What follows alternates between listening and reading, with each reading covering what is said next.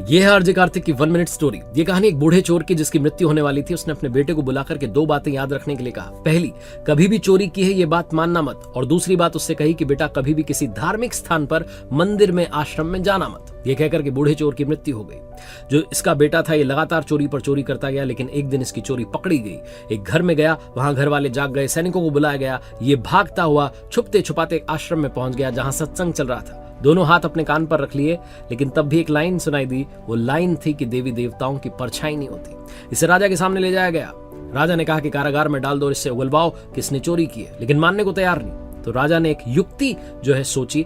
उसने एक ठगनी को बुलाया और कहा कि आप देवी का रूप लेकर के जाओ, भगवान के सामने तो सब सच बोल ही देते हैं। जब देवी बनकर के वो ठगनी वहां पर पहुंची, नकली शेर पर सवार होकर के, हाथों में मशाल लेकर के, तो ये जो चोर था ये सकपका गया। हाथ जोड़ करके कहने लगा कि देवी माँ आपकी तो पूजा करता था, आपने दर्शन दे दिए। देवी जो थी, यानी कि वो ठगनी जो थी, वो पूछने लगी कि बेटा आप तो सच बता दो, क्या तुमने चोरी की है। तभी इसकी नजर जमीन पर पड़ी।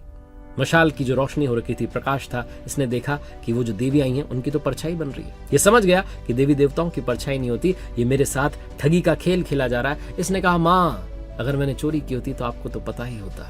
बाहरी सेनापति और सैनिक ये सब सुन रहे थे। वो समझ गए कि इस बेचारे ने चोरी नहीं की है, इसे वहां से निर्दोष करार दे दिया गया। बहुत छोटी सी कहानी, सिर्फ सत्संग की एक लाइन सुनने से चोर का जीवन बच गया। अगर हम जीवन में अच्छी बातें सुनेंगे, अच्छे कर्म करने लगेंगे तो जिंदगी सुधर जाएगी।